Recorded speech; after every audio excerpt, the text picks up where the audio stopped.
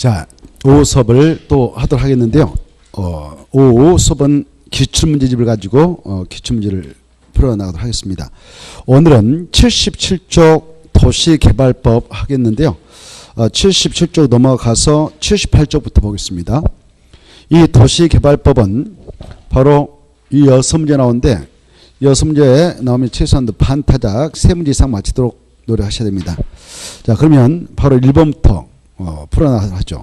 좀 출제 가능성 높은 문제를 선택해서 풀 테니까 그 점을 감안해 주십시오. 자, 1번. 이 도시개발법상 국토교통부 장관이 도시개발구역을 지정할 수 있는 경우, 이게 계속적으로 나오는데요. 이 경우가 5개가 있는데 5개를 꼭 이해하고 정리해 두셔야 됩니다. 그 5가지를 오른쪽 해설을 보면 키포인트 잡아서 국가가 도시개발 사업을 할 필요하다 하나, 그 다음에 다른 부서의 장관, 이걸 중앙행정기관으로 정의하는데 그 중앙장은 요청이 들어갔을 때 장관, 그 다음에 세 번째 공공기관의 장과 정부 출연기관의 장이 지정을 30만 점대 이상의 건을 가지고 국가 객과 밀접한 그런 것에 대해서 지정을 제한할 때 국장한테 해가지고 국장이 지정할 수 있는 경우가 된다. 그때 공공기관하고 정부 출연기관을 좀 알고 계셔야 돼요. 공공기관 하면 토수농 관철매가 떠올라야 돼요.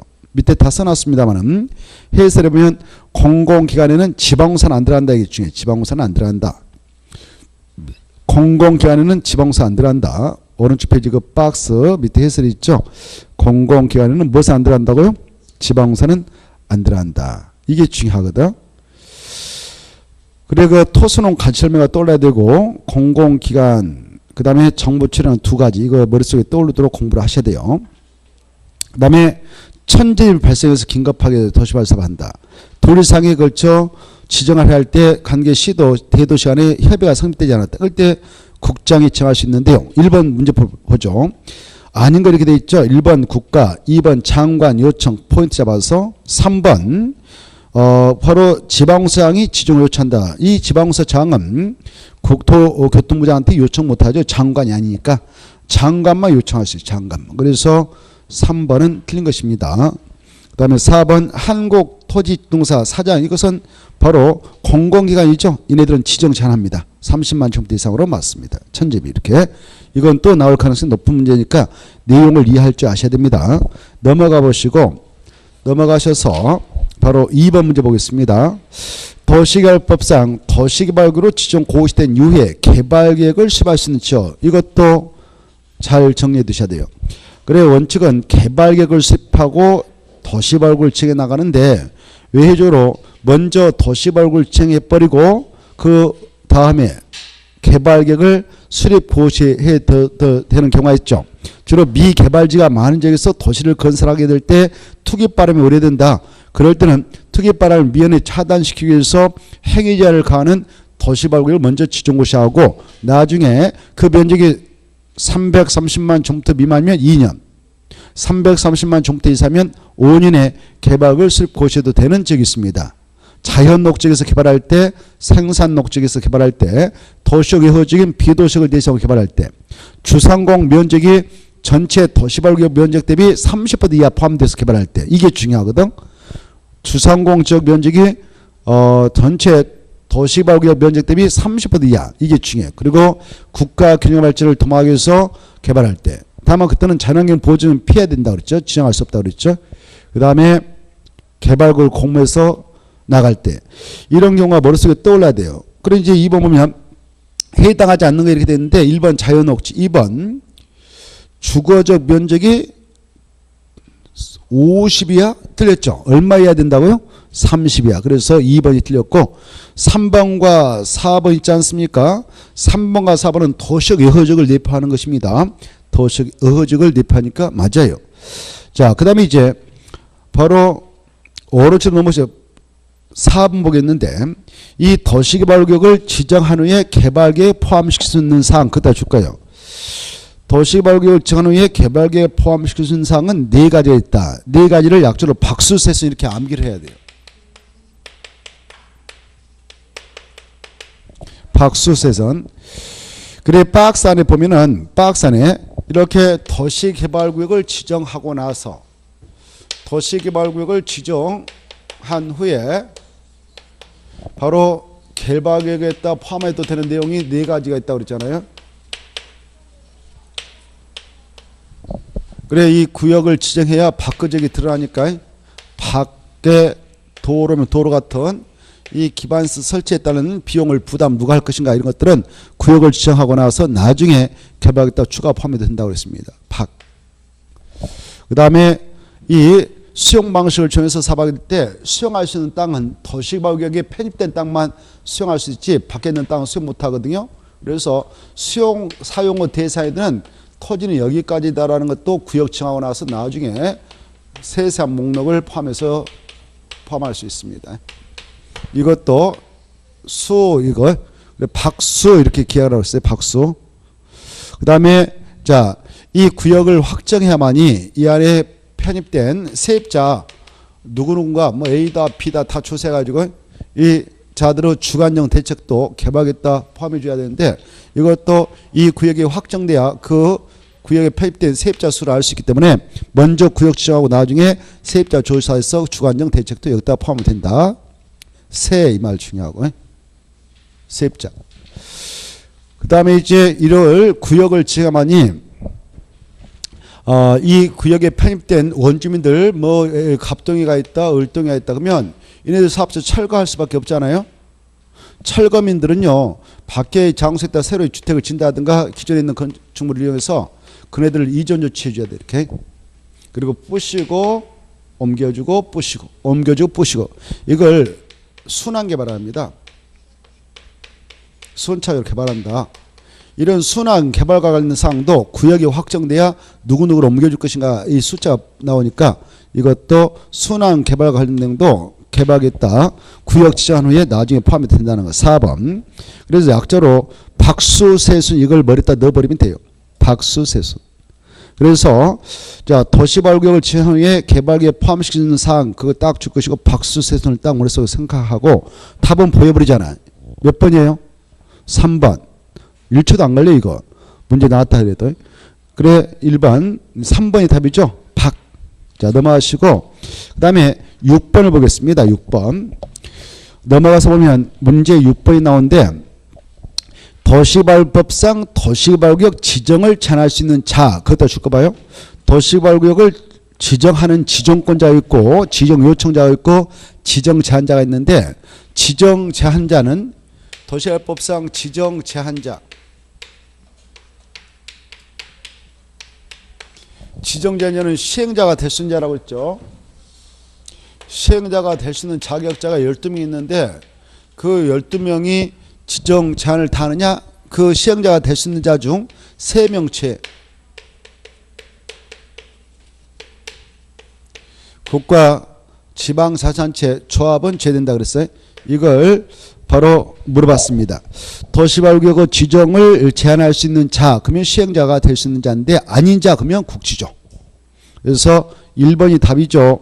1번 옆에다가 국지조 딱 써면 돼요. 국가하고 지방자치단체하고 조합. 이 국가하고 지방자치단체는 바로 시행자가 될 수 있는 자격을 가지고 있지만 국가가 도시발 사업을 할 필요가 있다 그러면 국토교통부 장관이 직접 도시발구를 지정해서 추진하면 되니까 지정 제한할 필요 없고 지방자치단체라고 하는 것은 시도사 대도시장 지정권자 대도시장을 제한 시장 군수 자치구청장 지정 요청자 그네들 지정하고 지정 요청하면 되지 지정 제한할 필요 없습니다. 그래서 지자체도 빠지고 도시발조합은 도시개발구역을 지정한 후에만 이 조합은 도시개발구역을 환지 방식을 정해서 사업을 하겠다라고 도시발구역을 정한 후에만 이 안에 있는 토지 소유자들이 설립인가 받고 등기해서 조합을 성립시키죠. 도시발구역이 지정되기 전에는 조합은 성립되어 있지도 않고 존재하지도 않습니다. 그리고 도시발구역 정한 후에 이 안에 있는 토지 소유자들이 조합 만들었다.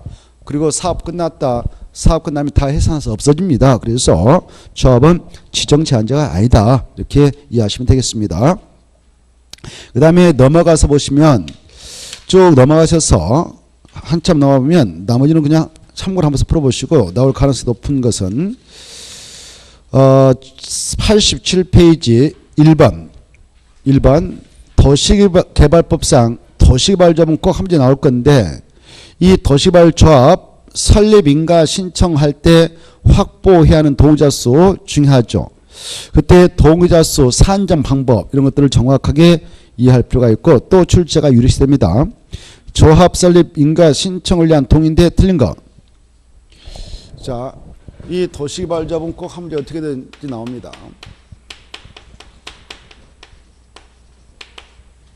이렇게 도시개발구역이 지정되어 있다.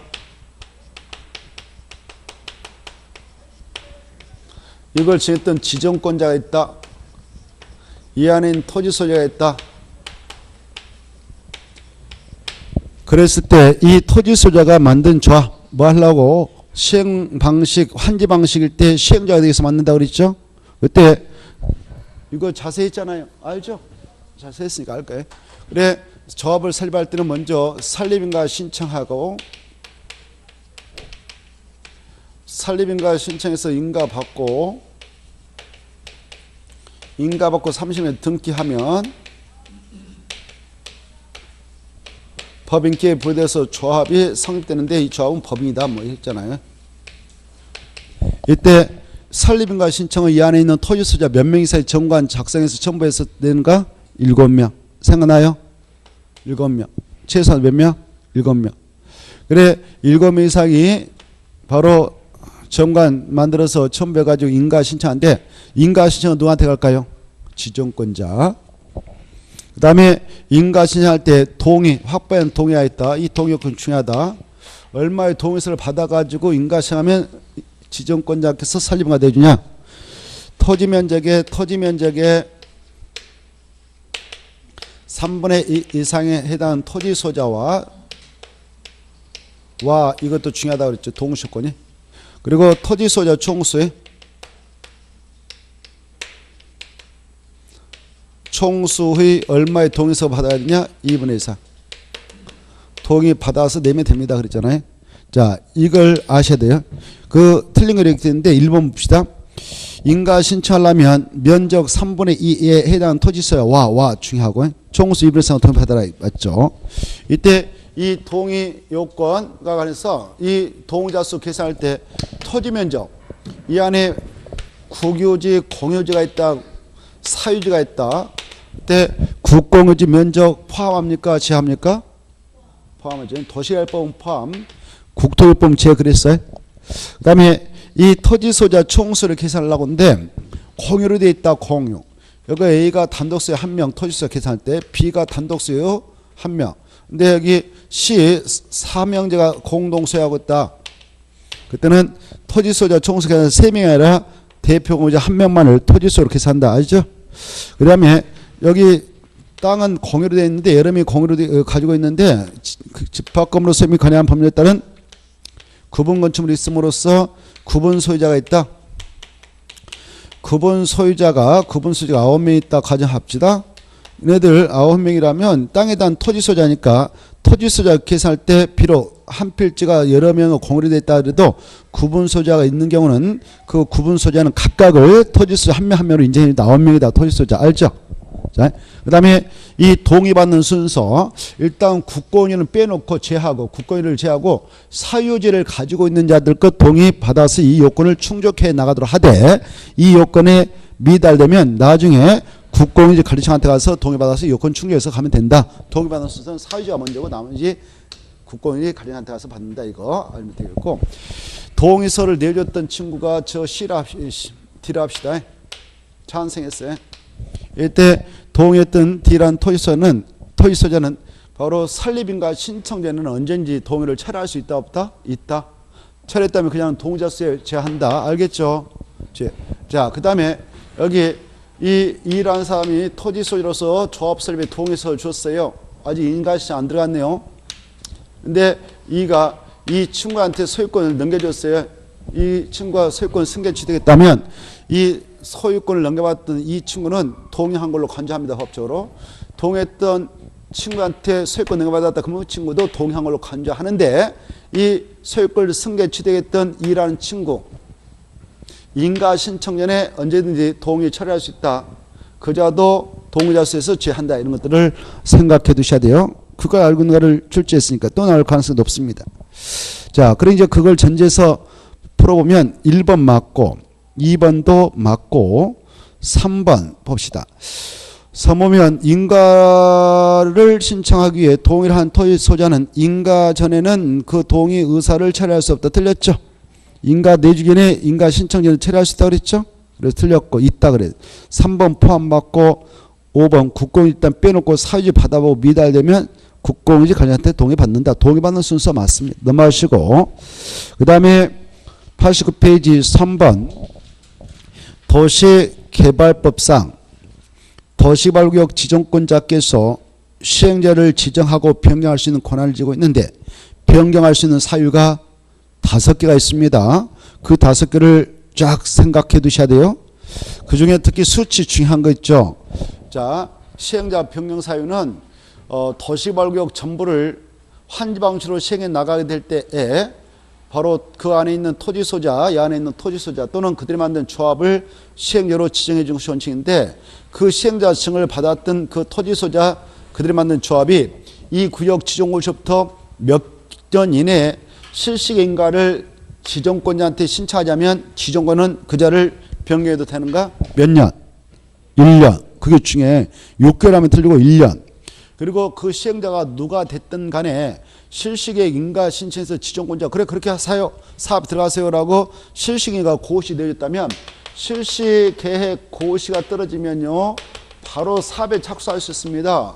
그리함에도 불구하고 몇 년 이내 사업에 착수하자면 변경도 할 말 없냐? 2년. 이 수치가 키포인트예요. 1년, 2년 그 수치를 머리에다 넣어두시는 것이 중요합니다. 그러면 끝나거든요. 그래 그 수치를 그리고 시행자 지정 취소, 실시인가 지정 취소, 실시인가 취소, 시행자 지정 취소 처분을 받으면 그때는 아웃이 아웃. 그래서 변경할 수 있고 시행자 부도 파산 나서 무너졌다 그때도 변경해도 할 말 없죠. 3번에 아닌 거 이렇게 됐는데 몇 번이 틀린 거예요? 3번이죠. 6개월이 아니라 몇 년이요? 1년. 그때 3번을 봅시다. 도시발구역 전부를 환지방치로 시행하는 시행자가 시행자였다 주거봐. 그때 시행자는 속 뜻이 조합 또는 토지 소자란 말이에요. 그걸 철저히 그냥 생략해버렸잖아요. 알겠지 하고. 시행자가 그때 누구라고? 조합 또는 토지 소자. 그네들에게 기회를 줬는데 그 도시발구역 지정고시부터 1년 이내에 실시 인가를 시행하면 아웃시키도 할 말 없습니다. 그 다음에 읽어드시고 넘어가셔서 반복되고 있으니까 통과 또 나올 가능성이 희망하고 넘어가겠어. 쭉 넘어가면 93페이지 1번 도시발접은 꼭 함재 나옵니다. 자, 도시발접은 좀 철저하게 잘 파야 돼요. 도시발접이 다 틀린 거 1번 7명 꼭 암기 지정권자 인가 맞고 그 다음에 2번 여기 지정권자한테 인가 받았습니다. 인가 받았던 내용을 변경하려 합니다. 그때는 변경 인가를 받아야 돼요. 법적으로 이렇게. 변경을 받을 때도 이거 동의 똑같이 받아가야 돼요. 근데 보세요. 인가 받았던 내용 중 2가지 건은 경미한 상의 변경으로 법에 규정되어 있습니다. 그래 주된 사무소 소지 변경하고 조합원에게 알리는 공고방법 변경이 주된 사무소 변경하고 공고방법을 변경했다면 이것은 경미한 상의 변경으로서 바로 변경인가 받지 않고 변경 신고하면 돼. 변경 신고. 그래서 2번 틀렸어요. 2번이면 주된 사무소 소재지 변경 거기다 줄것이고 경미한 상의 변경임. 그래서 인가를 받아야 된다가 아니라 변경 신고만 하면 된다 그러는 거죠. 그래 틀린 것이에요. 그리고 3번 조합 임원은 겸직이 금지되죠. 그래서 겸할 수 없다. A라는 조합장이 이사감사 직원 겸할 수 없죠. 이사도 마찬가지죠. 조합장 이사 직원 겸할 수 없습니다. 이런 건 너무 쉽고 4번 이 도시발접에 대하여 도시개발법에 규정한 것을 우선 적용하고 없으면 민법중 사단법은 규정 준용. 그 다음에 이제 5번을 잘 이해해 두셔야 되는데 조합인 시행자가 그따 줄 거예요. 조합인 시행자 거기다 주시고 같은 말로 써놔. 밑에 있다. 이 꼴에서.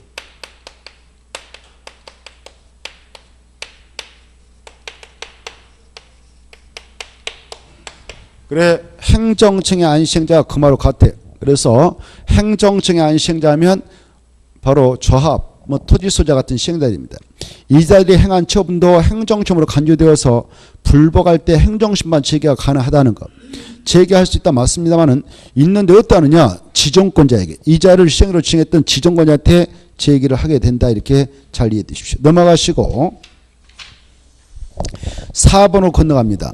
4번은 도시개발법상 자 도시개발 총회 의결사항 중 대의원회가 총회의 권한을 대행할 수 없는 것은 그 말은 오직 총회에서만 의결하지 대의원에서는 손 못 댄다 그 말입니다. 총회에서만 의결하게 되는 사항이 5가지 있어요. 이것은 오직 총회에서만 의결하라. 총회의 권한 대행 대의원에서는 할 수 없다. 왜냐? 조합원 전체 성원에게 중대한 영향을 미치는 건이니까 그렇다. 이렇게 하고 있습니다. 그 5가지를 이해버려서 정리를 잘 해두셔야 돼요. 정관 변경 문제. 정관은 조합원의 권리무가 규정되어 있는 사항이니까 변경할 때는 조합 총회에서 꼭 변경해야 됩니다. 대의원에서 안 됩니다. 그리고 개발 내용을 정하는 개발계획 수립 변경. 그리고 환지처분을 행하기 위한 구체적인 환지계획 작성. 조합을 이끌어갈 책임자들인 조합장 이사 감사 선임 문제 임원. 이거 중요하죠. 그 다음에 조합을 합병과 해산. 이런 것들은 총회에서 의결을 해라 라고 되어 있어요. 그래서 4보니까 1번, 2번 이런 것은 다 대의원에서 권한대행에서 할 수 있어요. 4번도 5번도 그렇습니다만은 3번 있지 않습니까? 임원을 선임하는 문제는 오직 총회에서만 선임되어야 합니다. 그것이 한 장 넘어가면 나오는데 한 장 봐보세요. 그 넘어가서 보면 이 5가지만은 오직 총회에서만 해라. 대의원에서 안 된다. 그리고 다시 앞으로 가셔서 그 박스 안에 보면은 총회 의결사항이 이렇습니다. 1번부터 뭐 11번까지 쭉 써놨습니다만은 이런 것들 총회에서 의결을 하죠. 근데 총회의 권한 대행인 대의원에서 할 수 있는 게 있단 말이에요.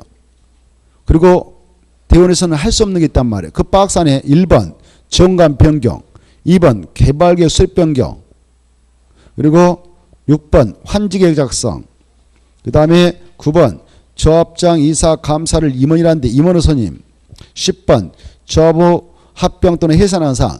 이런 것들은 어디에서만 해야 된다? 총회에서만 의결합니다. 나머지 사항은 대의원에서도 할 수 있다. 이렇게 이해하시면 좋겠습니다. 이 표를 가지고 잘 정리하면 좋겠어요. 자, 넘어가시고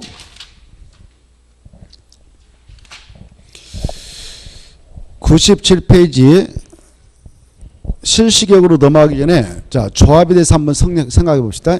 이 조합 중요한 것들은 좀 다시 한번 의미해 봅시다.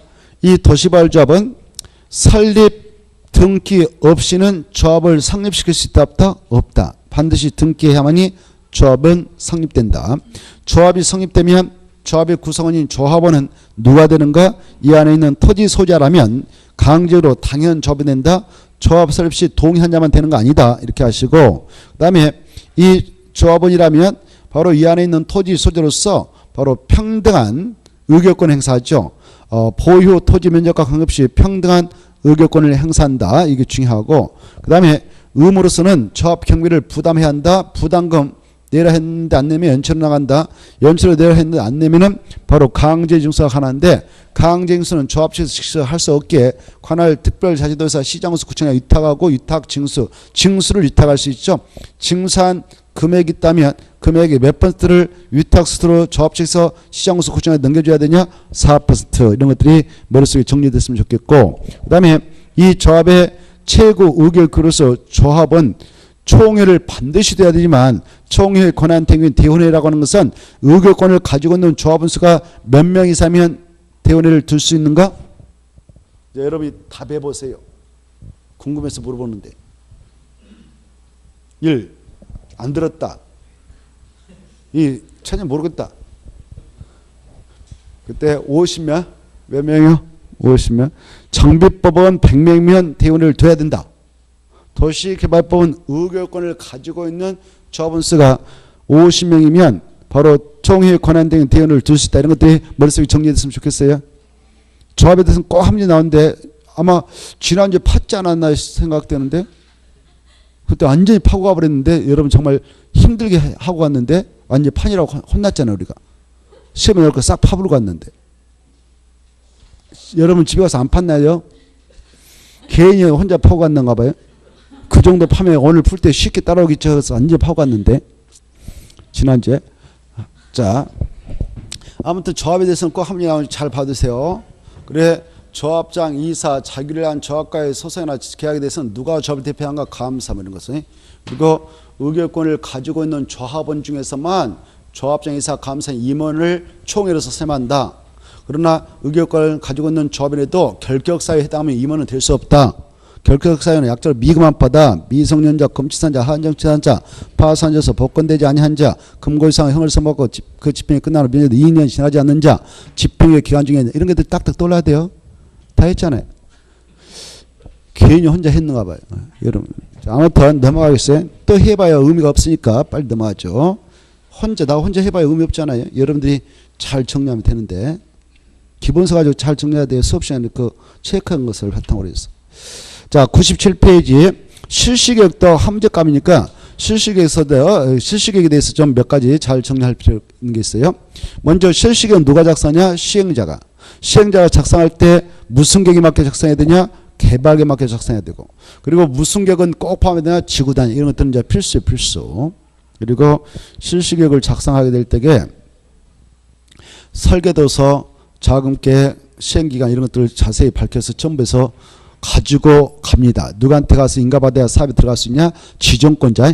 지정권자가 실시계 인가권자거든? 알겠죠? 인가받았다. 근데 지정권자 본인 시행자는 자기는 자기한테 인가 안 받아요. 그냥 작성 고시하고 끝내죠. 이때 자기가 시행자로서 작성해서 정한다. 인가시행 들어와서 인가를 내주고자 하는데 그때에 국토교통부 장관인 지정권자라면 관할 시도사, 대도시장 의견을 미리 들어야 되고 시도사인 지정권자는 대도시장을 제한 시장수, 구청장 의견을 미리 듣도록 되어 있습니다.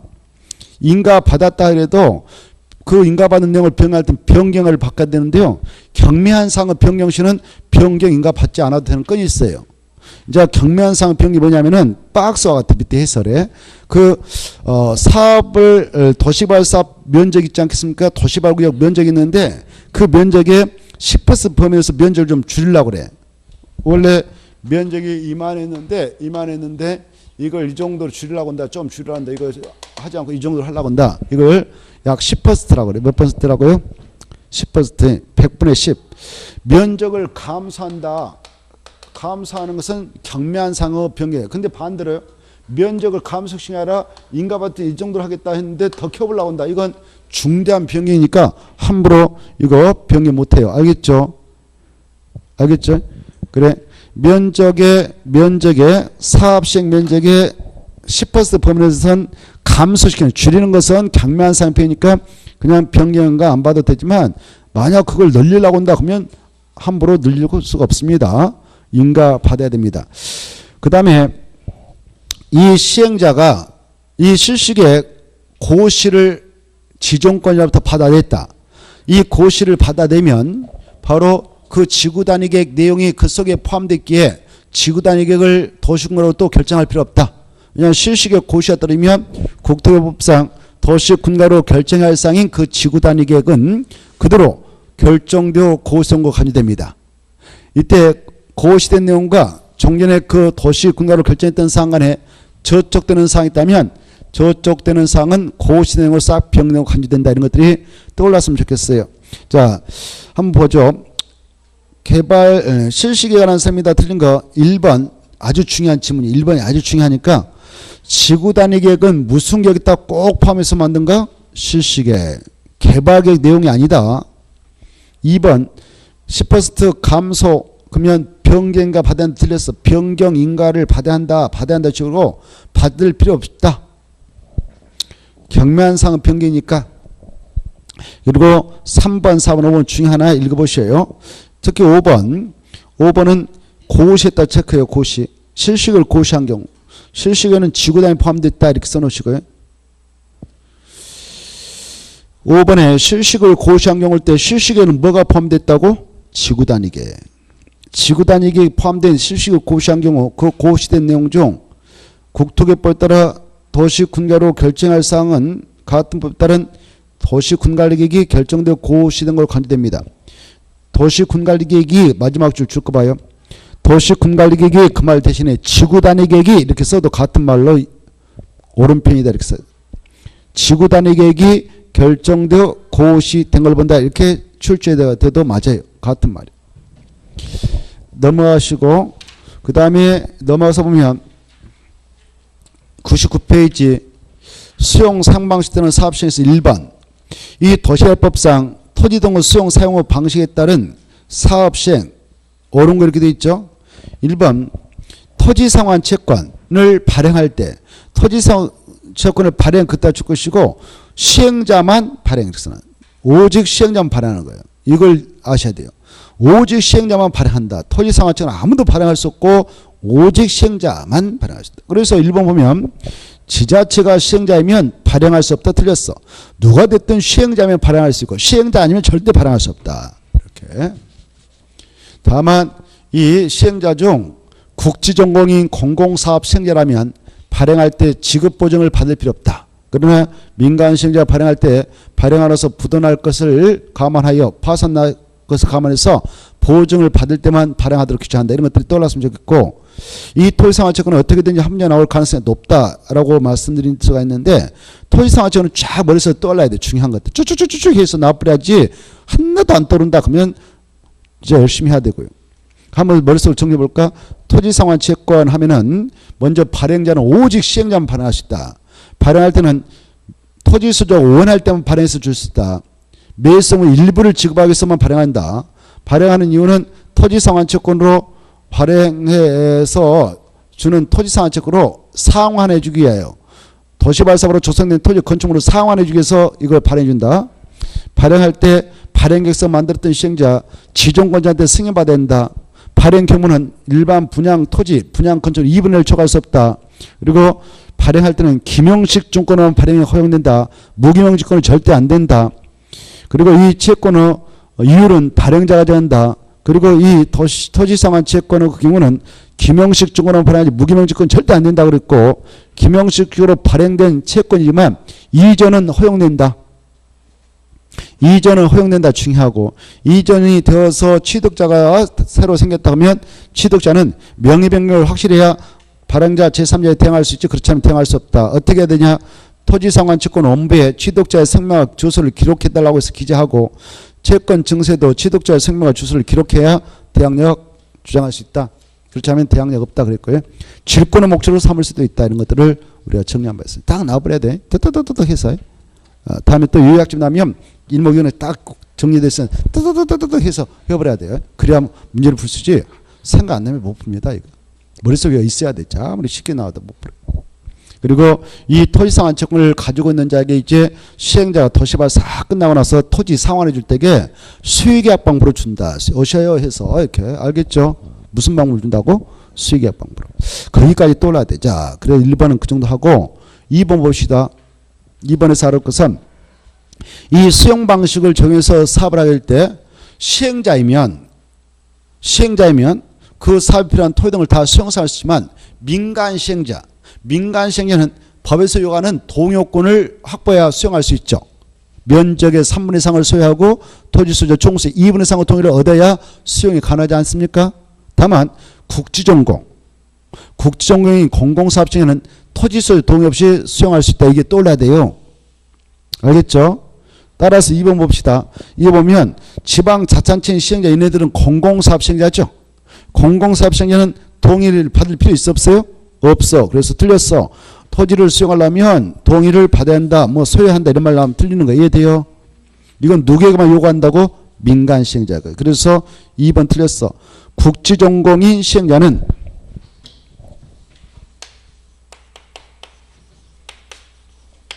국가, 지방자치단체, 지방공사, 정부 출연한 공공기관, 토소는 간철매라고 그러죠. 이 공공사업 시행자라 했는데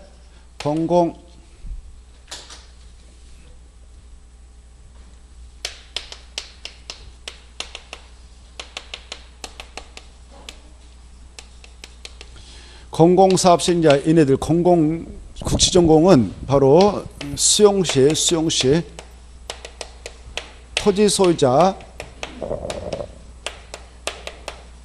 동의 필요 없이 수용할 수 있다 그랬어.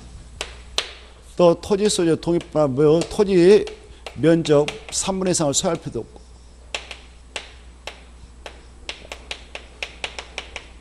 그래도 수용할 수 있도록 하고 있어요. 근데 민간 사업시행자는 바로 수용을 할 수는 있다. 수용을 할 수 있는데 수용하려면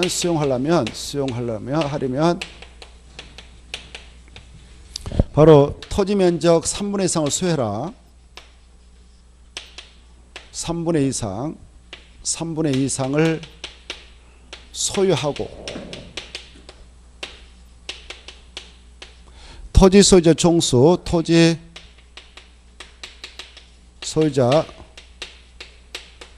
종수의 2분 이상 동의를 받아야 한다.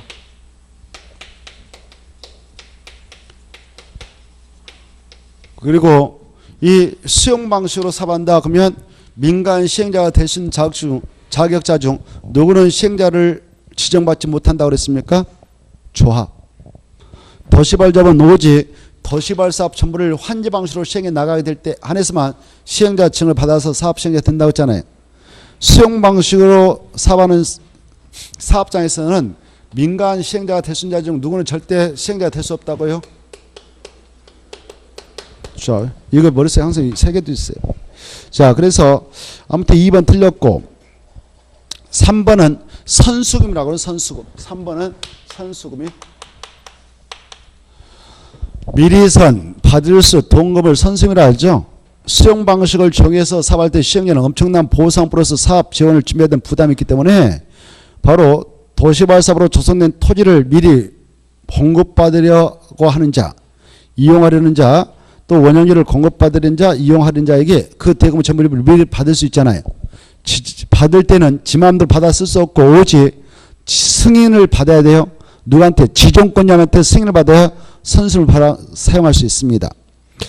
자, 그런데 3호면 시행자는 조성토지를 공급받는 자로부터 해당 대금을 전부를 미리 받을 수 없다. 틀렸죠? 받을 수 있다 그래야 돼. 누구한테 승인받아야 돼요? 지정권자. 이런 것들이 떠올랐으면 좋겠어. 그리고 민간사업시행자가 여기 봐봐. 민간사업시행자가 선수금을 수령해서 받아 쓰려고 할 때는 바로 공사 진척률이 몇 퍼센트 이상 이뤘을 때 바로 선수금을 받아 쓸 수가 있는가? 공사 진척률. 오, 그래?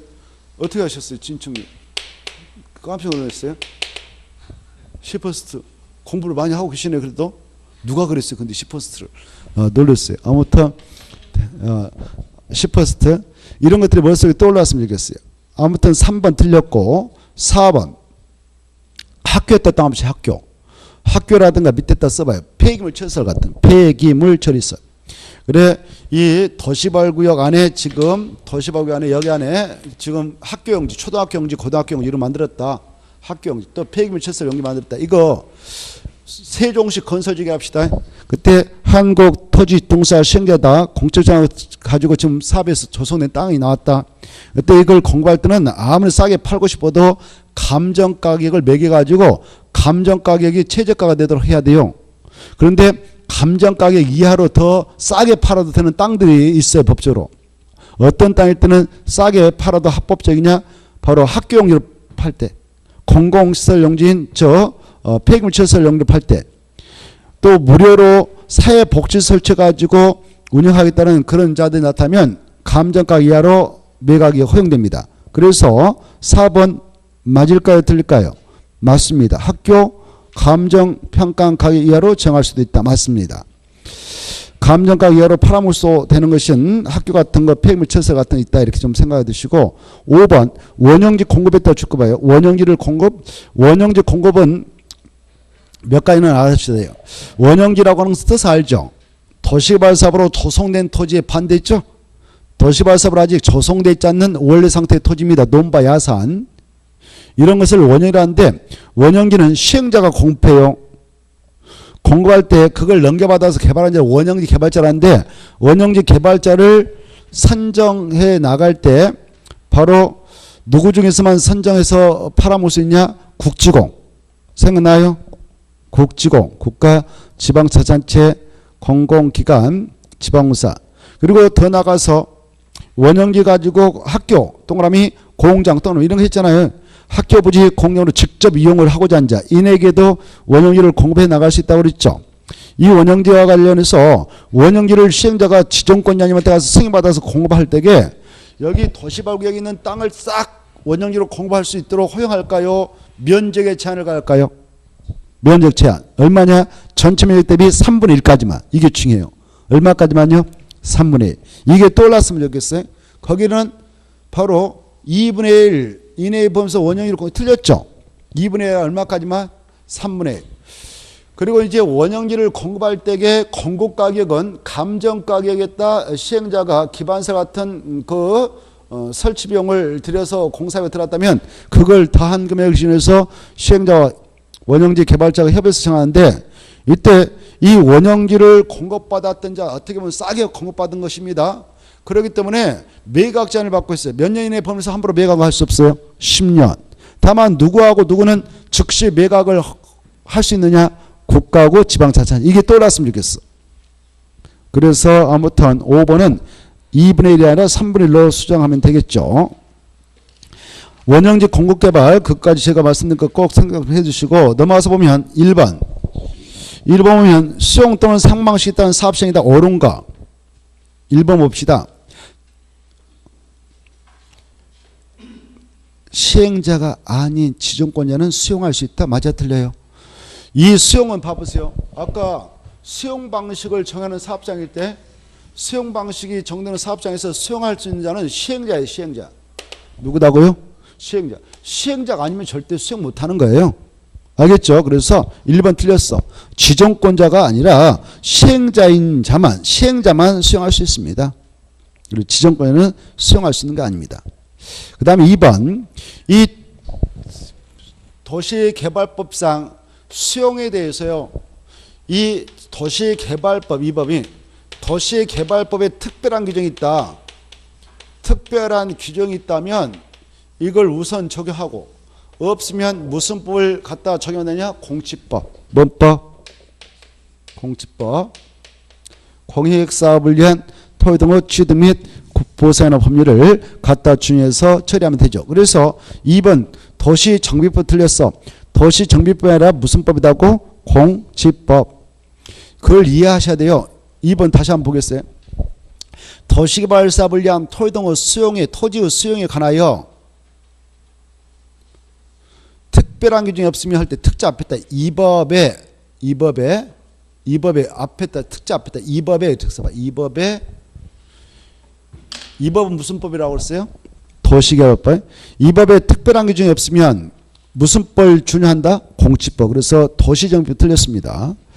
그 다음에 이 법에 어떠한 특별한 규정을 두고 있냐? 이 도시개발법에 공치법에 대한 특별한 규정을 두 개 두고 있는데, 공치법에 하면 공익사업 시행자들 그 사업에 필요한 토지 등의 가항지의 수용권을 취득해 나가려 할 때 이 법에 의한 사업 인정, 국토교통부장한테 내가 하고 있는 이 사업은 공치법 제4조에 의한 공익사업 맞죠?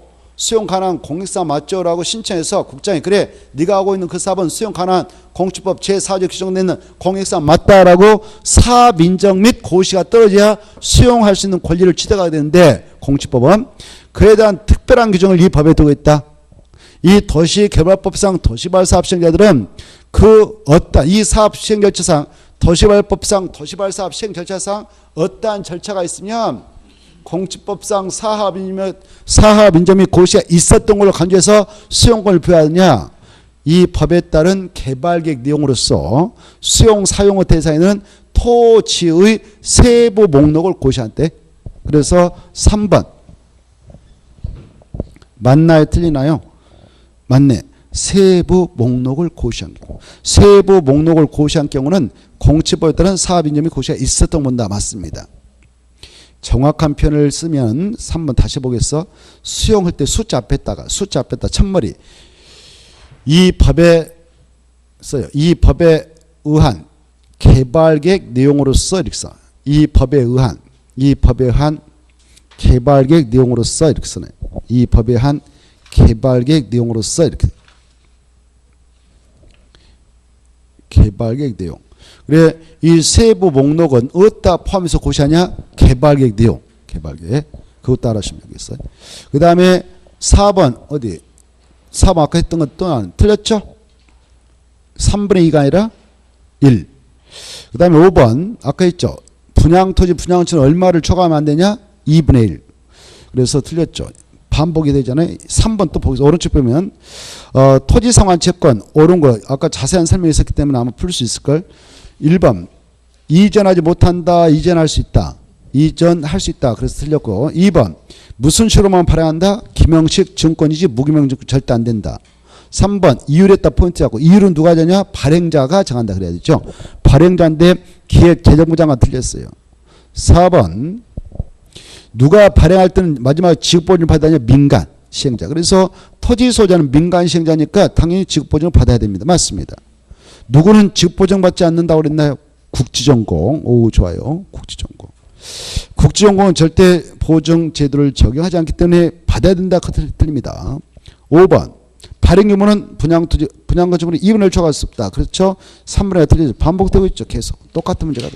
자 넘어가시고 4번 원형지 공급개발도 아까 자세한 설명했으니까 틀린 거 이렇게 되어 있는데 틀린 것이 뭐냐? 1번 맞아요. 뜻 원형지 뜻이고 2번 원형지 공급 면적 맞고 3분의 1 맞고 3번 원형지 개발자는 지자체는 10년을 포함해서 매각할 수 없다. 있다 그래야 되죠.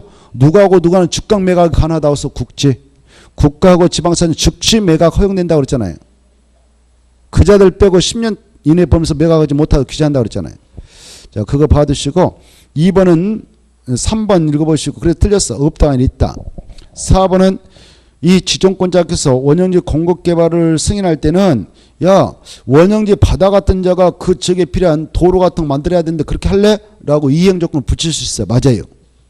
그 다음에 5번 원형지를 공장 밑에다 또 써봐요. 학교 공장이라든가 학교 부위로 직접 사용한 자 공장하고 학교 두 가지 학교 공장 부위로 직접 사용한 자를 원형지 개발주 승인할 때는 경쟁 입찰 방식으로 선정해요. 근데 이 예상 유찰돼 가지고 아무도 안 사간다. 그때는 수의계약 방법으로 선정할 수도 있습니다. 맞습니다. 그 다음에 오른쪽에 이런 거 볼 필요 없어. 넘어가시고 6번 봐봐요. 오른쪽에 아까 했던 문제인데 이 도시개발법상 다음 시설의 설치차 조성토지 등을 공급할 때 시행자가 감정평가 가격 이하로 싸게 공급해도 되는 것이 있다. 싸게 공급해도 되는 땅이 있다. 어떤 부지를 팔 때 그러냐? 학교 부지, 임대택 용지, 공공청사 부지. 그 다음에 4번 그 행정청이 직접 설치하는 시장 부지, 그 시장통 있잖아요. 그거 부지. 5번 무료로 그래야 돼. 유료가 아니라 무료. 자, 그 땅을 사가지고 사회복지시설 설치해서 무료로 운영할 테니까 땅 좀 파세요. 그러면 시행자 알았습니다. 싸게 받아가도 되네요. 무료일 때만. 뭐 할 때만요? 무료. 유료는 바로 그걸 적용하면 안 되는 겁니다. 넘어가시고 7번 봅시다. 7번 보시면 도시개발법상 조성토지 공급인데 이제 도시개발법상 도시발사업을 해서 완성된 토지가 조성토지인데 틀린 거. 조성토지 공급 틀린 거. 1번 이 공급자인 시행자는 기반시설의 원활한 설치를 위하여 필요하면 공급 대상자 자격을 제한할 수도 있습니다. 법적으로. 이자에게 땅을 줬는데 기반시설을 설치할 능력이 없다. 그러면 안 줘도 돼요. 그래서 공급 대상 자격을 제한할 수도 있고 2번 중요한데 이 공급하게 될 때 추천법으로 분양할 수 있는 땅이 4가지가 있다. 어떤 땅으로 분양할 때는 추천 방법이 허용되는가? 대표로 330제곱미터 이하인 단독대용지 하나, 공장용 둘, 공공택지 셋, 군택규모 이하의 주택건설 용지 이런 것들이 떠올라야 돼요. 그래서 2번 있다 맞네요. 330제곱미터 이하인 것은 추천법으로 분양할 수 있다. 그 다음에 이제 3번도 참을 받으셔야겠는데 일반에게 분양할 수 없는 공공용지, 공공용지 대표로 학교, 공공청사 이런 것들이에요. 써봐. 학교, 공공청사. 그래 학교라든가 공공청사 용지를 지자체에게 뭐 국가에게 공급한다. 그때는 수의계약 방법에 의할 수 있다. 맞습니다. 수의계약 방법에 의할 수 있습니다. 4번 수의계약 방법으로 조성토지를 공급하기로 하였으나 공급 신청량이 공급 계획에서 계획된 면적을 초과했다. 그때는 추천 방법에 의한지 경쟁 입찰 틀렸어. 경쟁 입찰이 아니라 추천 방법. 경쟁 입찰이 아니라 추첨의 방법. 그 다음에 5번 아까 했죠. 폐기물 철설다 포인트 잡고. 폐기물 철설로 그 용지 쓰겠다. 그러면 싸게 줘도 된다고 했죠 아까. 그래서 이하 그 말 맞아요. 그 다음에 넘어가시고 106페이지로 가셔가지고 106페이지 9번 봅시다. 도시발채권은 꼭 시험에 나옵니다. 그래서 여러분들이 도시발채권은 관심 있게 좀 정리해서 문제를 맞춰야 되겠습니다. 옳은 거 이렇게 되어 있는데요. 1번 마지막에 도시개발채권을 발행할 수 있다. 거기다 체크해요. 1번에 마지막에 도시개발채권을 발행할 수 있다. 거기다 체크하고 밑에다 시도사만 그래서 누가 발행한다고요? 시도사. 아무나 발행할 수 있는 거 아니다 그 말이에요. 그거 아셔야 돼요. 기본이죠. 이걸 누가 발행하느냐? 시도사만. 그래서 조합이 발행할 수 있다. 틀렸죠? 이거 완전히 기출문제 보면 엉망진창이 1번 지문은. 사람을 너무 우습게 봐도 너무 한참 우습게 봤어. 막 뒤집박죽 해가 짐을 자기 마음대로 만들었어. 그래서 도시발전은 누구만 발행하냐? 시도사만 발행한다. 발행하는 목적은요.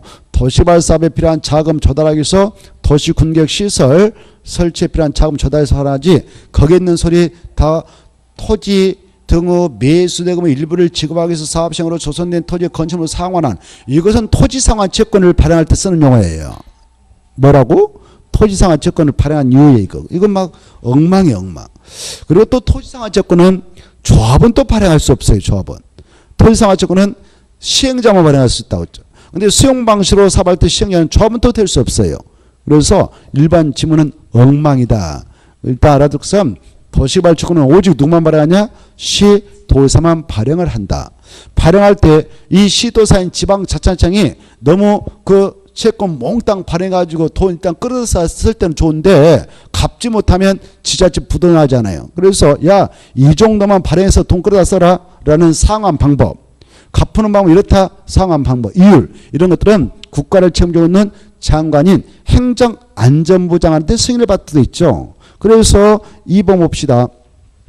국토교통부 장관 틀렸어요. 누구다고? 행정안전부 장관이어야 되죠. 3번 아주 중요하죠. 이 채권은 소멸시효가 아주 중요한데 원금을 채권자가 상환이 도래했는데 몇 년 동안 찾아내면 소멸시효 완성돼 못 찾아냐? 5년. 이자는 2년. 그래. 이 수치 어마어마하게 중요하다. 원금 5년. 이자는 2년. 이자 할 때 2년 이렇게 암기라고 그랬죠. 그 다음에 그래 틀렸고 4번 상환은 5년부터 10년 보면서 조례로 정한다. 조례로 정하지. 시도 조례로 정합니다. 기획재정부 장관이 틀렸어. 기획재정부 장관이 아니라 시도사가 발행한 채권이니까 시도의 조례로 정하는 거예요. 조례. 시도의 조례. 누가 발행한다고 이거? 시도사가 발행하니까 시도의 조례로 정합니다. 도의사 발행했다면 도조례를 정하겠죠. 서울특별시가 발행했다면 서울특별시 조례를 정하겠죠. 여기 광역시장이 발행했다면 광역시 조례를 정하지 않겠습니까? 시도의 조례를 정한다. 그 다음에 5번 이 채권을 사야할 의무자들이 있습니다. 국토교통부상 개발행 허가를 받은 자 그때 줄 거 봐. 개발행 허가를 받은 자 그때 줄 것이고 6명 생각. 약자로 건공 토토토물 이렇게 6명은 건공 토토토물. 그래 6명 모두 다 개발행 허가 받았을 때 이 채권을 사야 의무가 있는 게 아니고 6명 중 토지 형질 변경 허가를 받은 자만 이 채권 사는 겁니다. 그걸 이해해 두셔야 돼요. 누구만? 토지 형질 변경 허가를 받은 자. 그래서 맞은가요 틀린가요? 맞습니다. 11번 반복되고 있는데 그래도 빠른 속도 한번 체크해 보죠. 11번 도시개발법상 토지상환채권 도시개발채권 옳은 거 이렇게 되어 있는데 1번 마지막에 도시개발채권을 발행할 수 있다. 그따 쭉 봐요. 도시개발채권을 발행할 수 아까 누구라고 했어요? 시도사. 그래서 조합은 틀렸죠. 조합은 틀렸고 2번 이 토지상환채권은 질권 목적으로 할 수 있다 없다? 있습니다. 그래서 없다가 틀렸고 3번 도시개발채권은 무기명으로 발행할 수 있다 그래야 돼. 무기명으로 발행할 수 있다. 그래 도시개발채권은 등록기간에 등록 발행할 수도 있고 등록기간에 등록 발행할 수도 있고 무기명으로 발행할 수도 있습니다. 그러나 토지상환채권은 오직 기명식 증권으로만 발행하도록 되어 있다. 4번 시도사가 도시개발채권 발행권자로서 그거 갚을 때 이렇게 갚겠다라는 상황만 누구한테 가서 승인받았냐? 행정안전부에 맞습니다. 5번 아까 했던 거 또 나왔네. 틀렸죠? 넘어가시고 원금 5년 이자 2년. 너무 쉽죠. 자 넘어가셔서 108페이지 잠시 쉬었다가 제6절을 보도록 하죠.